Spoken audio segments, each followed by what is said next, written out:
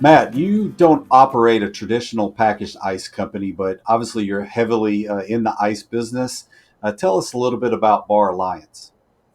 Yeah, absolutely. I didn't really come from a manufacturing background. I came from a hospitality background, and I've been, in bars and restaurants and hotels since I was really in high school. There's a venue here in Nashville that I opened up. I was one of the original owners and the GM, a place called Pinewood Social, and it's in this big. It's a huge space that has six bowling lanes and we did three meal periods and when we were first, it's just in this gigantic trolley barn here, just outside of downtown. And when we were opening, we didn't really realize how much food we were going to sell at first, and so we thought it was going to primarily be a bar with some bowling lanes, and we thought we had a lot of additional prep space. Our cocktail guy at the time. Um, Said, why don't we put in one of these Klein Bell ice machines? And at first I thought, this is the dumbest use of commercial real estate. Like, why would you waste, 500 square feet on a machine and a, table saw and a bandsaw. And, but then I saw how people, love the ice and reacted really strongly to it. And so Bar Alliance was actually born out of kind of a logistical question, which is, if you have Jeff's cocktail bar and you have 2,000 square feet, you don't want to dedicate that much to making ice in house. But what if we did this in an industrial space, and instead of one machine, what if we had a handful of machines, and if we had a handful of clients? Turns out there were a couple folks that were doing it at the time. Let's see, hundredweight out of New York, and mixology, Carlos mixology in Miami, and the nice folks at Just Ice in Chicago. And I researched that and kind of realized that this was a thing, so I wasn't crazy. And just started it that way. I figured I'd maybe offered a joint venture with a couple of them, and everybody said, this is a few years ago, so nobody really knew what Nashville was at the time. And I thought, well, hell, it's just ice. How complicated can it be? And as it turns out, it's quite complicated. So That's been a common theme through a few of our guests here. who And knew? by the Who knew? way, I do have to tell you that. So I know you self-proclaimed yourself as not being crazy. I'm going to have to let the audience decide that as we go through this podcast. So we got a Yes, few things that may refute that. This is good.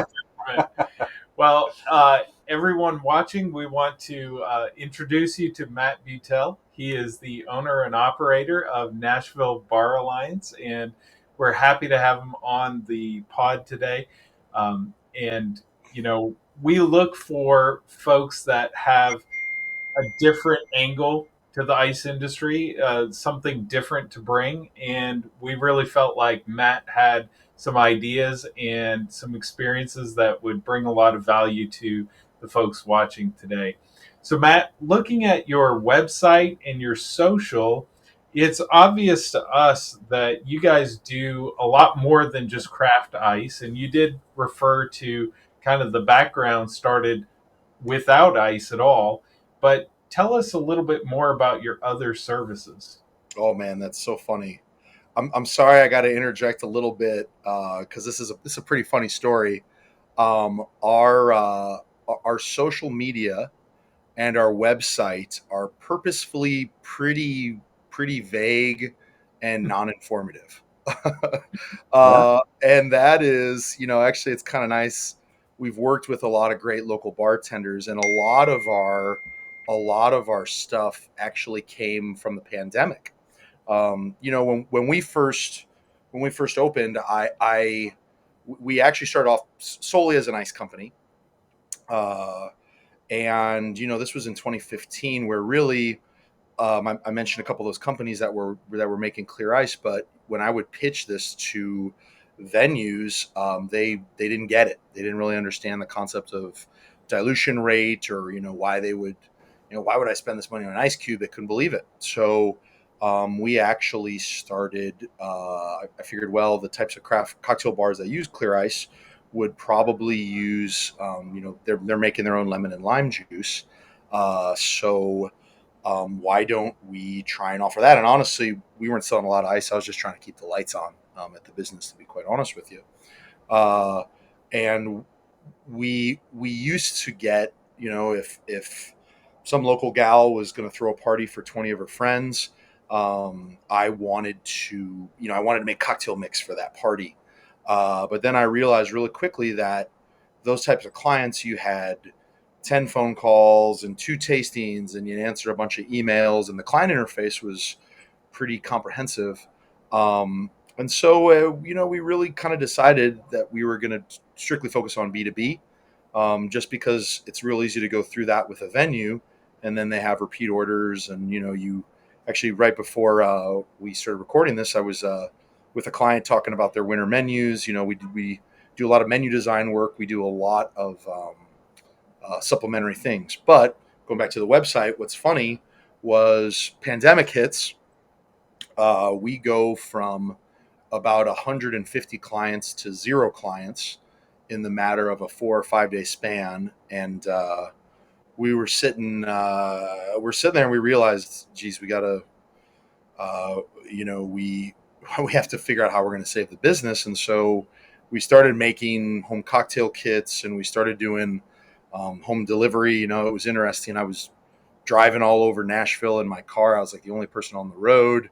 Uh, everybody wanted to talk to me because they were tired of their families. They're like, please just listen to me. That year everybody had the nicest gardens. Yeah. uh, but yeah, we had never really had a consumer interface, because we've always focused on B2B. So it's very funny when you look at our website. It's like 2 or 3 years dated. We're working on making that a little bit more modern. So, but we do quite a few different things, and a lot of that is reflected um, on the site there.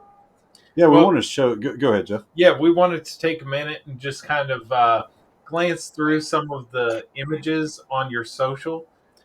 Ethan and I each looked at it independently and thought, wow, there's some really cool pictures in here. I mean, are these photos that you guys took yourself, or are these pulled Yeah, off?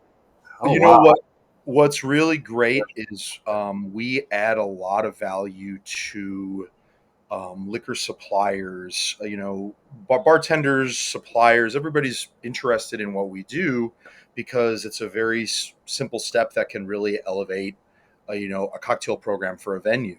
And so a lot of the photos, we've got some in-house folks that we use. We got a lot of creative folks that work at the shop, but we also get a lot of the suppliers that will do photo shoots, like a couple of those there are really ones that, are folks that have come in and done some work with us. The other ones are it's there's no shortage of talented creative types that work in the hospitality world, and man, all it takes is somebody with a good iPhone and some social media skills that I don't have, but uh, they do. And there's a lot of interesting shots that we take for sure. Yeah, there was one with the clarity, the ice cube. I'll go back to that real quick. Yeah. I you know, talking about being able to explain what it is, and the I guess the allure of it all is being able to take this ice cube and still be able to read the underside, the card here. So that's a pretty amazing photography, and just again going in showing how clear that product is. Pretty Yep. amazing. Well, I'll tell you guys, one of the biggest things, when I'm pitching to potential clients, potential venues, one of the things that we always see is, you guys all know how important social media is to restaurants and bars, and kind of keeping them on trend. And anytime a client picks up our ice for the first time, or our dehydrated garnishes, or really any of our things that, you know, I feel like half the time, what we do for a living is we make Instagram trophies, uh, because it gives folks a reason to post interesting pictures, and even though we've been doing this for a lot of years, the reaction when people see the clear ice for the first time, it's always a lot of fun. It's a lot of fun, and it's most importantly, our clients see value in it, and so anything we can do to help elevate their programs, we're thrilled to partner with great folks. Yeah, it's very artistic. It's very eye catching. I wanted, if Ethan will go back just one image, I wanted to ask about. I've heard of coloring ice before. This is very dark blue, Yeah. and just looking at the picture, I've got to ask: is that a cup, and is it in the ice cube or in front of the ice cube? No, so what's funny about that? God, man, that is an old picture. We haven't done that for a long time. Uh, people see colored ice cubes, and then they see something on Pinterest or they see something online, and our first thing is when a lot of the, I don't want to say innovations, but a lot of the different items that we've tried out have been a result of a client coming to us and saying, "Hey, I want to do blank. Can you guys do that?" And everything that we've ever done has been trial and error, because different people innovate and different people, we're always looking for new ways to differentiate some different, some interesting products. Uh, but that was always a challenge because we would just take regular food dye, then put that into a Kleinbell machine or into one of Bruce's ice boxes or something like that. But those machines are designed to separate, water from the impurities that are in it, or from the, from it when it comes to dye. Um, so you'd basically have a clear block with a very concentrated layer of food dye on the top, right? That's how it freezes. Then somebody said, well, what if you put some sort of a lipid or a particle that wouldn't separate necessarily? And I think the way we got that was we put whole milk into the cubes, and we had to put like a dairy, we had to put a dairy notice on it. But when it comes to coloring cubes, what you really see is people that are making ice and molds. It's very easy to put a couple drops into that, and it doesn't necessarily have to be clear because it's colored. Yeah, that trial and error, that is a gnarly looking block there. So I was going to ask about this one. This is a photo that you ever seen somebody sends out and say, "Hey, just caption this photo." So yeah, in so many things that there's so many things that are just almost wrong about this photo that things are happening. All the things are happening. Listen, that's art, boys. That is not from the safety manual. That is art. Is what that is. that's right. That's right. Art is in the eye of the beholder, right? So we Exactly. just got a few other photos. So Oh, this look is at going that to handsome be fella. Yeah. that handsome photo. So we're going to be bringing this up. Actually, we want to dive into this. It's probably one of our first and earliest icebreakers that we've ever have dove into. So we're going to play this video, and then we're going to come back, and then we have a few questions with it. So Okay. we couldn't resist to go ahead and show this. So That one's a gem. It's a beauty. Oh, 2020 is so lame. You're still too close to me. Hey, Matt Ice coming at you live from Nashville, Tennessee, the hot chicken capital of the world. Are your quarantine kids driving you crazy? Have you watched every last episode of Netflix has to offer? Are you still drinking that goddamn gas station margarita mix? Boy, what is wrong with you? Then I've got just the thing for you. Woo! It's a quart of margaritas. Nashville Bar Alliance is going to bring the best quart of margaritas directly to you at your home. We make everything here fresh at Global HQ out of real juice and 100% pure agave. One kit, a quart of margaritas, uses one full 750 milliliter bottle of tequila and makes 19 drinks. That's 1.9 of margaritas every damn day for 10 days. Or all of them at once. This is America. It's up to you.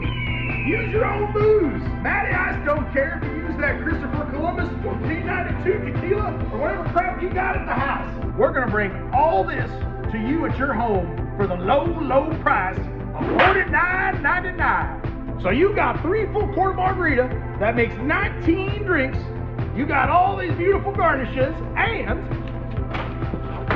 you'll get a great big 20-pound bag of cold draft cocktail ice. Woo-hoo!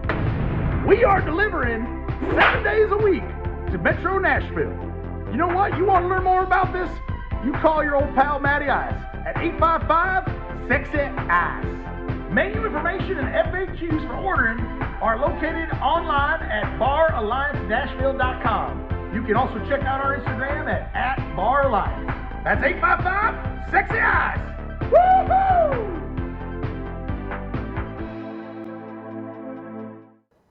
Matt, so coming out of that video, the part that I was telling you about, people need to form their own opinion about if you're crazy or not. So that's got to be one of the best, worst, or worst, best videos I've ever witnessed or commercial. So I've seen a lot of different things. I was mesmerized just by how, and I hope I'm not offensive here, but it seems like you guys distinctly wanted to overact in that video. Oh yeah. Oh yeah. And I just, we got to get your feelings. What was the inspiration for that video? Okay, so there's obviously a lot of angles. You know, been watching some John Cassavetes. You know, the great Scorsese shots. You know, we Yeah. had that going. I'm just kidding. When you I'll threw tell you, that, when you threw the water in the guy's face, I mean, it just. I gotta give a shout out to Nathan Way. He's the market manager for Heaven Hill, and truth be told, guys, that was about 3 weeks. That was probably a month into the pandemic. So it's 2020. Everybody, you know, when the word of COVID had started to spread in January of that year, basically everybody stopped paying their invoices because everybody was hoarding cash. So not only did we lose all of our clients, but we had about 60 days of non-payment of bills. And, you know, I was really nervous because we have an awesome staff, and they were people that have been working for us for a couple of years, and I didn't want to just shut down. And so I kept, you know, a handful, a good chunk of our folks working. And that was really when we realized, hey, you know, we don't have an online presence, and we don't really have, because we've always been B2B, we didn't have an Instagram account at that point. We didn't really have any type of stuff. As it turns out, the gal who is Stacy, who is at the barbecue, you know, the one who kind of leads there and is kind of my lovely assistant in the thing.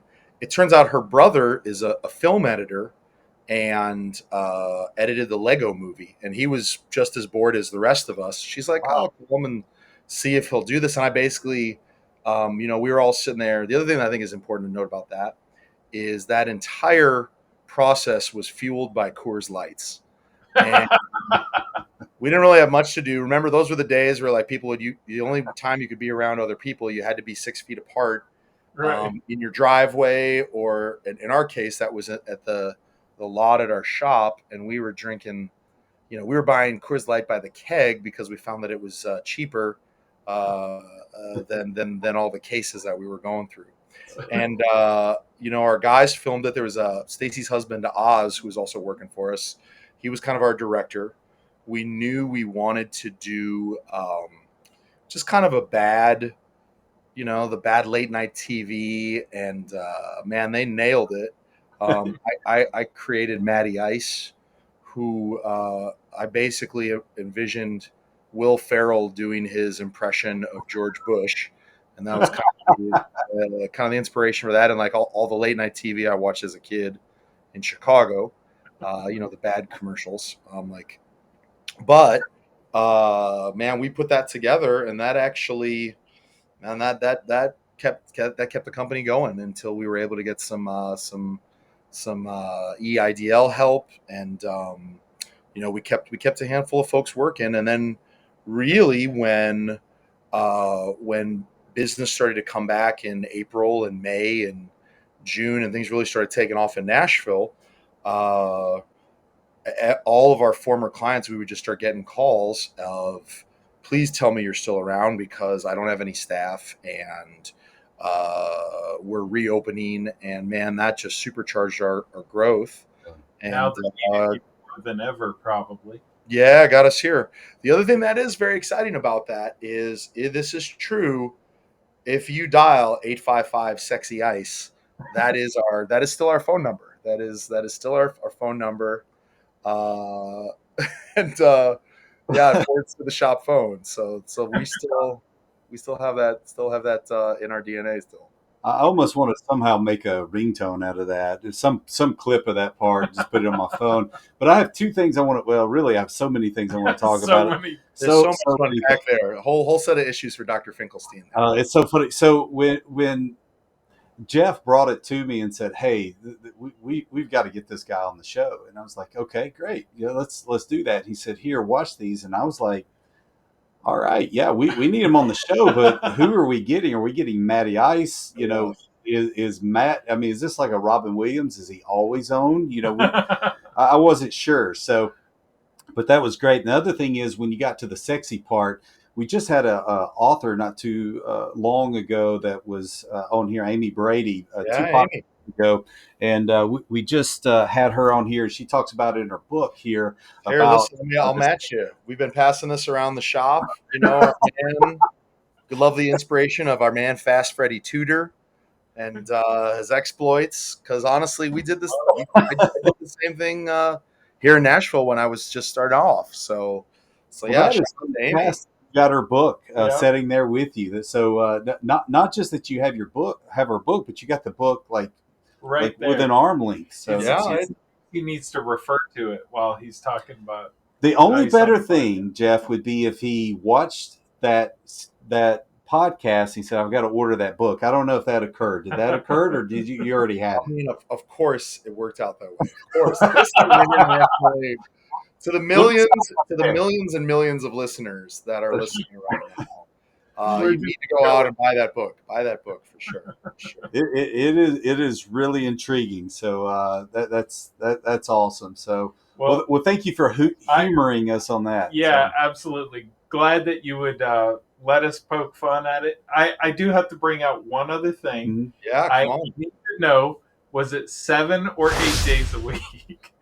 You know, we like to goof around a little bit. Maybe it was a sleight of hand. Who knows? Our That was my extra favorite. Well, and then did you see? There's also the follow-up one that we did on Cinco de Mayo. Did you guys see that one as well? We did. I didn't think the audience was ready for 2. Yeah, that's intermediate level. You know, the original one I think is a little better, but it was very funny. We incorporated mini Vin Diesel into the second one. Our buddy Nando here in town. But So we'll, yeah, you know what? I like to think, you know, 100 years from now, when sociologists have the history books and they're teaching about what happened during the pandemic, the great pandemic of 2020, and I like to think that's my cultural contribution is that commercial. So there's going to be a lot of content, and they're going to look for the outliers, and you're a good prospect, Yes, right? that's right.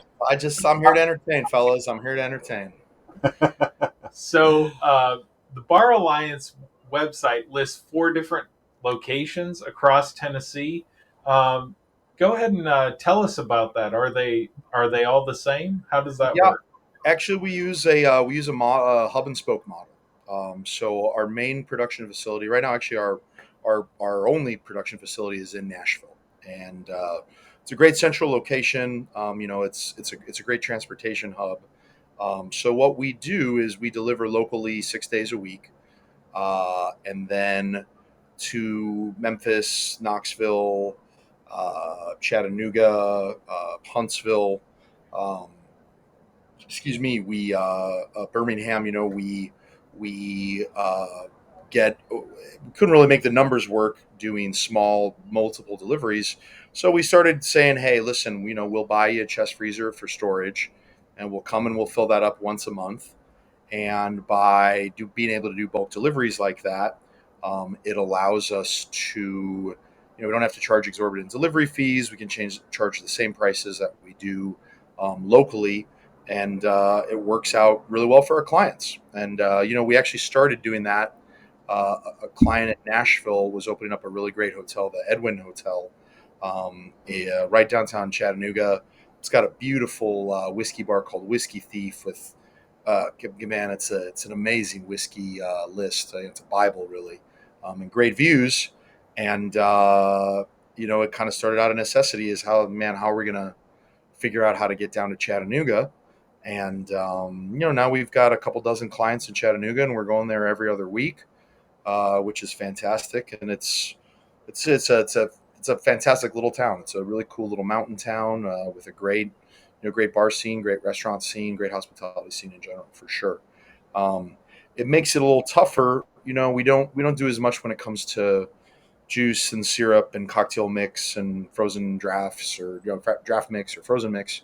But we have a lot of ice clients, and it works out really well. We make a monthly delivery to Knoxville, and one of the great things that we see is just about every it used to be that cocktail, real kind of throwback cocktail bars were exclusive to really big markets.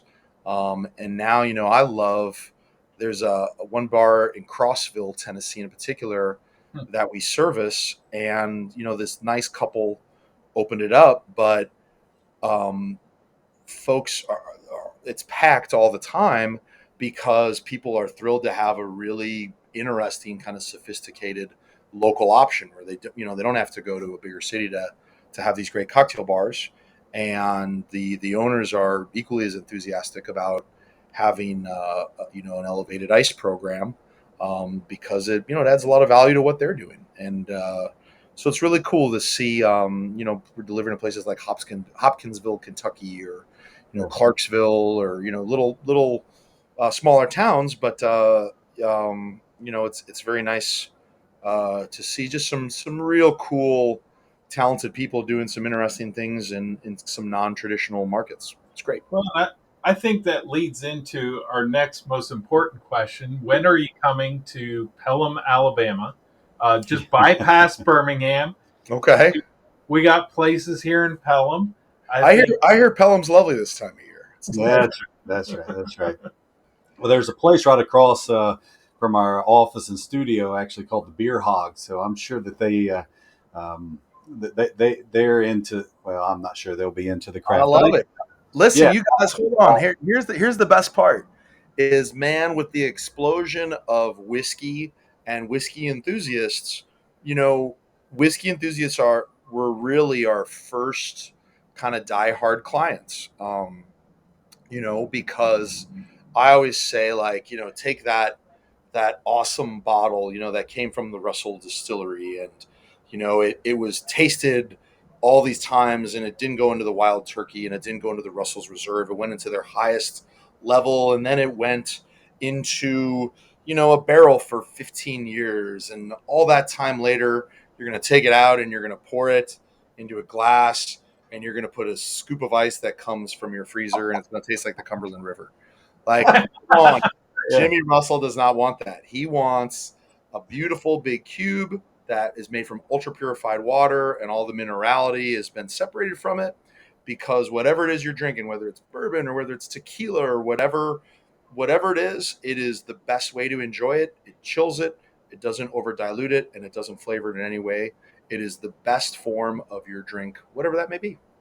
I got to remember it's Jimmy Russell. That's the highfalutin, the highbrow whiskey drinker. Is that right? Man, the Russell family has been doing it for a long time, up in Bardstown, and it's that's the great thing is, man, whiskey enthusiasts, now tequila enthusiasts, really they're excited to get our cubes, because it really helps them enjoy their beverage of choice. Yeah.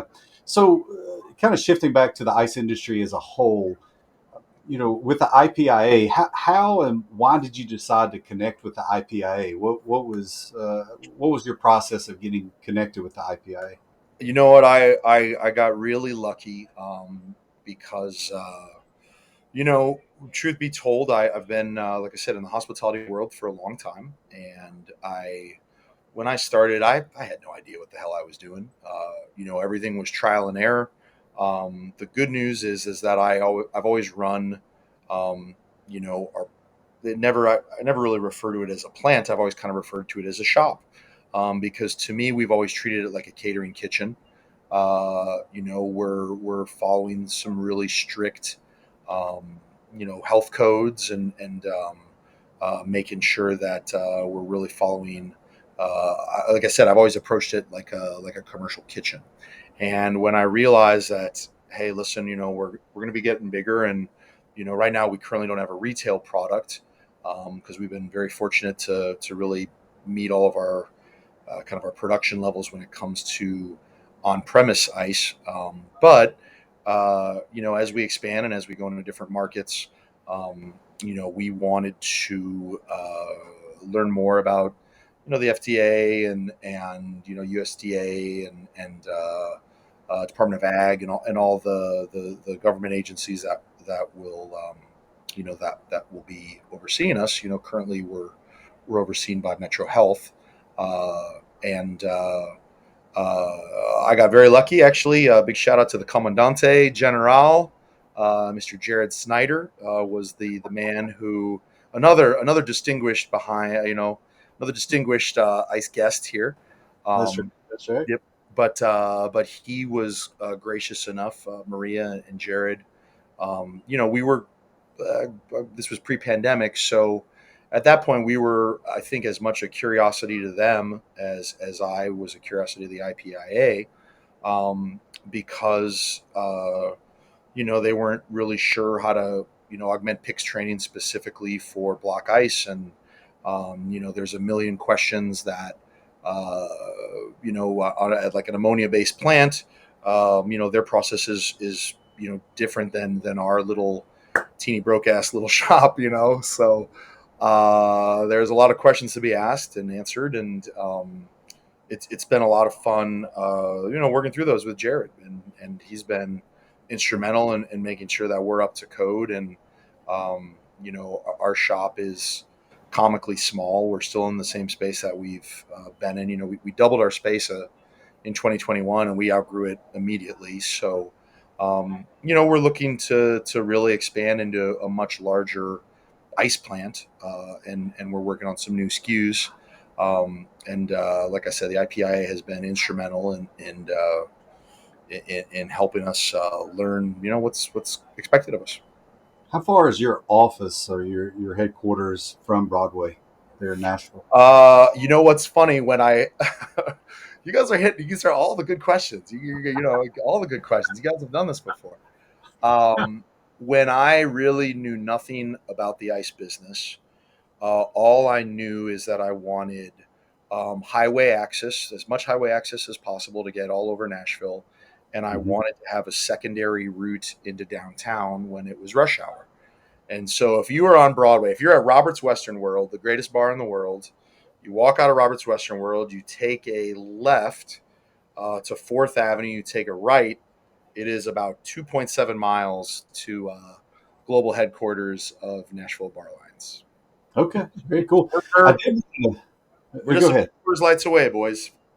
I did want to tell you with the IPIA, I really think you need to get with Maria, you need to get with Jared, and you need to ask to see if you can have a special session for like actor training, so you can help people make their own commercials. I really think that I've never seen that. Have you at the I IPIA? appreciate that.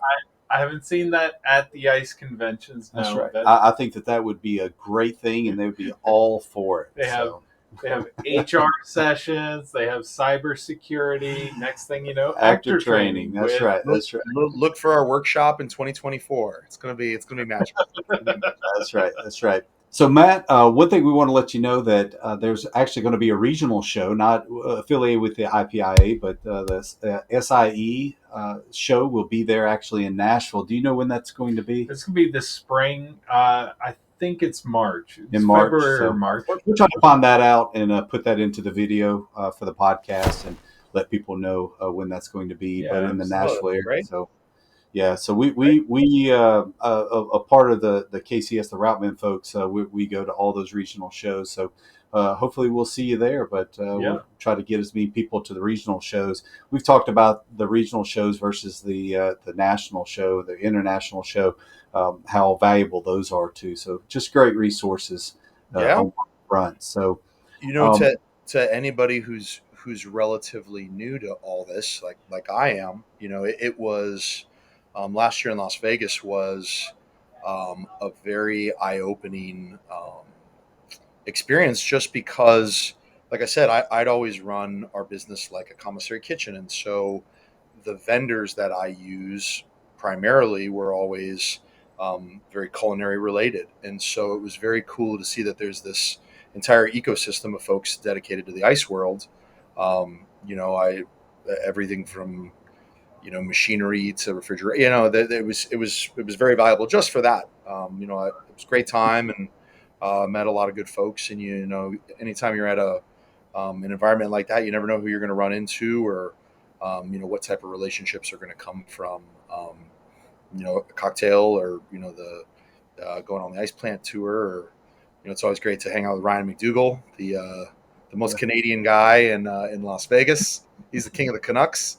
Uh, but yeah, really looking forward to being in Austin here. Yeah. And I've actually mentioned it to a handful of kind of my comrades in the clear ice world, that it's really worth going to go check out. And you never know who you're gonna have a conversation with, that it could turn into something really interesting. yeah, about 3 weeks away. So wanted to ask you from getting into I guess coming out of grade school, high school, did you go to college? Where did you go to college? And it's a little bit of a loaded question. This is an icebreaker that we have. So Okay, all right, all right. I think I'm being led down a path here, but I like it. I like it. So yeah, funny enough, I ended up going to. I grew up in Chicago, went to public schools. There it is. Yes, I ended up going to Notre Dame. It was funny enough. I was not a Notre Dame fan growing up. Oh, yeah, It turned out that it was the best school that I got into, where they gave me some money and I could afford to go.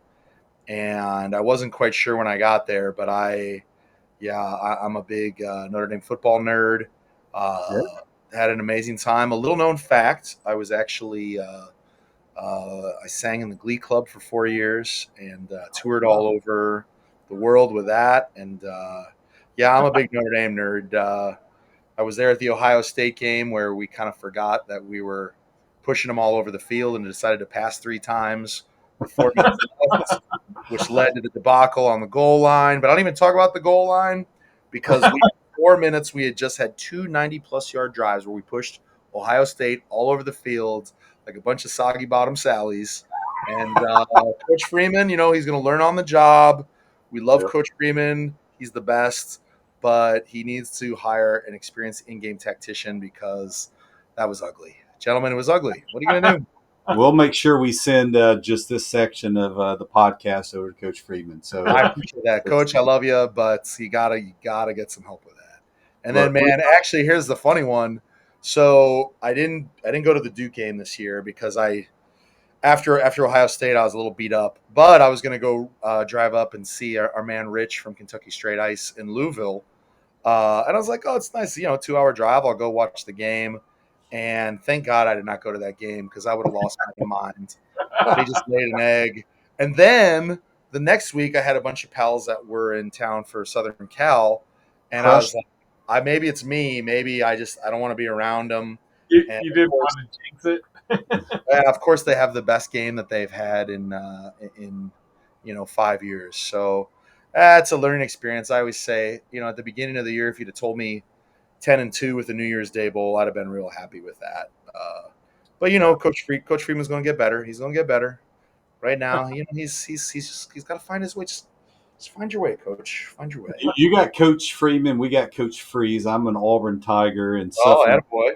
Tiger. So hopefully it'll come around. But I have to tell you, when I was looking at the schedule and getting prepped to ask you this question, and we had no idea if you were a football fan or not, but I think most of the time, if you go to one of these big schools like this, even if you weren't before, you're going to be a fan at some point. Oh, But yeah. on the Tennessee State here, Do you see their logo? I'm talking about as close a ripoff as you could possibly get. You get a Tiger logo, and if you don't look at it very hard, you think that's LSU that you guys beat 56-3, and they just put that little hyphen right there for that TSU. So I thought That's it. that's as close as you can get, and probably get past copyright laws. I think that's it. I think that is definitely it. I don't know.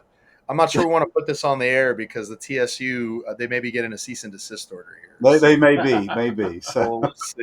We'll see. You know, the other football. Nashville's a big city of transplants, and I'll tell you, I've met these guys that every year we try to go to an away, University of Tennessee game, and we've seen them at Georgia. We've seen them at actually I went to the Notre Dame Georgia game, and there's something just it's one of those awesome things. Like I grew up watching Big Ten football, and so like to go to like Kinnick Stadium or go to the Big House or I went to band camp at Purdue. It's a nice little tidbit. It's always fun to just go to other team stadiums, and especially to really be in the middle of SEC now. And man, I still haven't been down to Auburn. Haven't been to Auburn. Haven't been to the Alabama. I still have PTSD don't from worry about that. from the 2012 ass whooping that was from Alabama. So Both uh, campuses are beautiful, and we would love to have you down, Matt, at any point. I mean, love it. for any other game, but I would love it if Auburn or Alabama, either one, would get a home and home series with Notre Dame. I think it would be great for college football. It would That's be fun. great for both programs. Just the storied traditions there between Alabama and Notre Dame would be fantastic. But still, Auburn has we're a very prideful school. We just blow at the moment. So, but hopefully that'll It's a change. temporary condition. It's a temporary condition. The good thing is at least your fans are very level-headed. They don't react strongly one way or another to any losses or anything like that. It's a good, just college football fans in general, a very logical bunch. I think there's still $30 million left on That's fired it. coaches' salary still at the I moment. think So that's it. you mentioned, I want to ask you about hobbies, passions, downtime. I'm just curious, do you find yourself in a corner still doing glee club things? I'm extremely lucky. I say it all the time. I do what I love, which is I'm in the hospitality business. And I like to eat and I like to drink and I like live music and I like to travel. And so, I got really lucky moving to Nashville in 2005, and I've or not overseen. I've been here as this town has just exploded, and it's been a lot of fun to be a part of it because it's full of guys and gals that are like me that own small businesses, and we're really excited to be making a contribution to make this town what it is. Um, I spend a lot of time. I used to ski. I was a ski racer when I was a kid, and so every year I like going out to Colorado. I'm actually going to try some buddies out of Scottsdale. We're going to end up in Flagstaff. I'm that guy who I hike up and like jump off of cliffs, early, get that first snow. I'm a little nuts that way. It's very strange, but it's just something that I've always loved. And then, yeah, you're right, man. It's great to be in a town full of awesome musicians. I played in bands in college and in junior high school, and so there's always a lot of open mics. I'm not as much of a singer anymore, but it's always fun just to play a little bit and have a good time. It's a good town to be in for that. Yeah, absolutely. I think we only have I mean, we got so many questions that we want to Right. ask you and talk, There's but so we're out many. of time. Listen, There's I like to be intriguing. So my band, I'll get invited back eventually. That's That's right. right. This is going to be an action-packed edit for you guys. You're gonna have all the pearls, just gonna smash them into. It's gonna be So, great. so Matt, as we're kind of winding down, I did want to ask you, what advice would you give someone considering getting into your kind of industry, maybe in another city far, far away How far from, away? see? I know. I'll tell you, I was really lucky. Though all of those, I got Mike and Joanna at Just Ice, and Carlos at Mixology, and Ryan, the king of the Vegas Canucks. I want to give them a big shout out because when I didn't know what the hell I was doing, they were very, very gracious and said, come on and take a look and let me show you this. And it was funny to see how they were handling um, different logistical challenges, and something as stupid as like, oh, you put a wheelbarrow over here, or how are you controlling your water flow, or what type of water, what type of, just like anything else, your professional network's a really big deal. And there are a lot of really good folks in kind of my segment of the ice industry that were very gracious to me, and I always try and pass that along. Our guys Big Ice out of Cincinnati and Fort Wayne, those fellows up there, there's been a handful, a couple other folks that have reached out to me, and I'm always, I always say, hey, come take a look at somebody who's doing it, and because it can be helpful.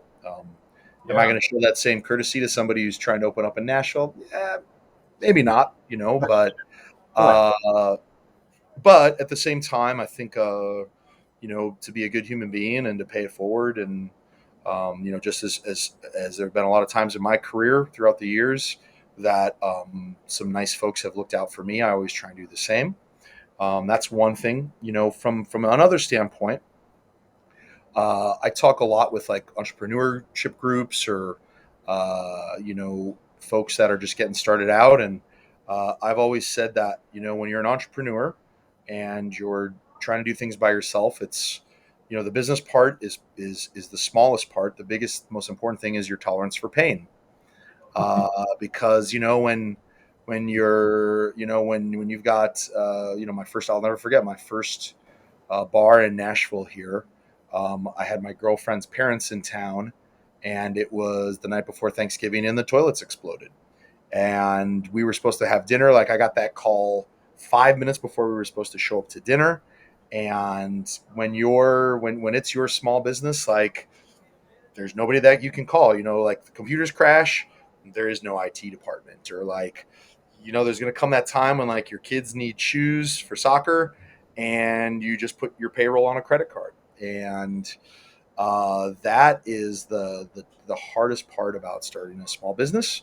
We've all been through it, and eventually you're going to get through it, or you're not, and you move on to something else.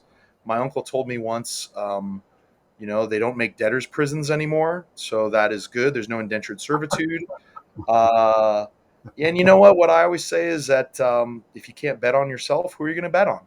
And when you're successful, it's because you got a great team. And when I haven't dropped any f bombs. I cannot believe I haven't dropped a single swear word during this whole thing. I said when you screw up, you got nobody to blame but yourself, and that's okay. We're That's very proud of you, Matt. So I very, very what proud. you can tell. So to the audience, it's about happy hour time. So I'm enjoying my water bottle here, but I've got, we've been distilling some tequila in Jalisco, and that is just waiting here when the interview finishes up here. So, Where's your can of Coors Light? You got that anywhere around? man, I don't have any. I'm meeting a couple of the fellas. There's a great little spot called Bar Sovereign here that we're going to meet up and go check out. We've got a new client, the Iberian Pig. There are some nice folks out of Atlanta who just opened up a restaurant here, and were gracious enough to pick us up. So we're going to go support and eat some jamon. And I don't think there's going to be Coors Lights. I think it's going to be Ribera del Duero tonight. It's going to be drink some red wine. It's going to be delightful. Say that 6 times fast. All right. So the last question, and we've only got a minute or so, but I really wanted to find out maybe the most interesting thing or surprising thing that being a part of the bar scene. I mean, I guess maybe could it be meeting celebrities, or what's been something, if you could do a quick synopsis of maybe one or two things. You know what? To me, the thing that I love the most, actually, two things. Uh, I'll tell you, it's people that are in the hospitality industry that give great hospitality.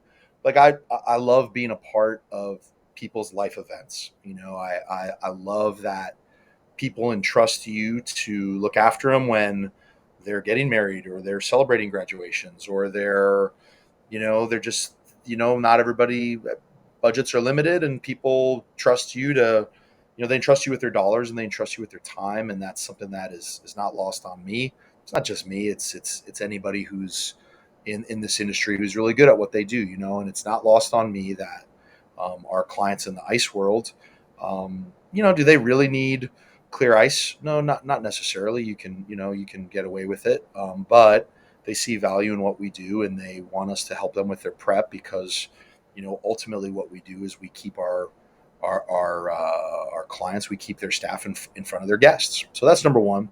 The other cool thing, I used to have a buddy, Quinn O'Sullivan. He's still my buddy, but he keeps track of how many children are a direct result of his bars in Nashville. So couples that met at his bars that he keeps in contact with, and the children that have resulted as a result of them meeting at his bar. Because without his bar, they may not have met. They may not have had butterfly effect, all that good stuff.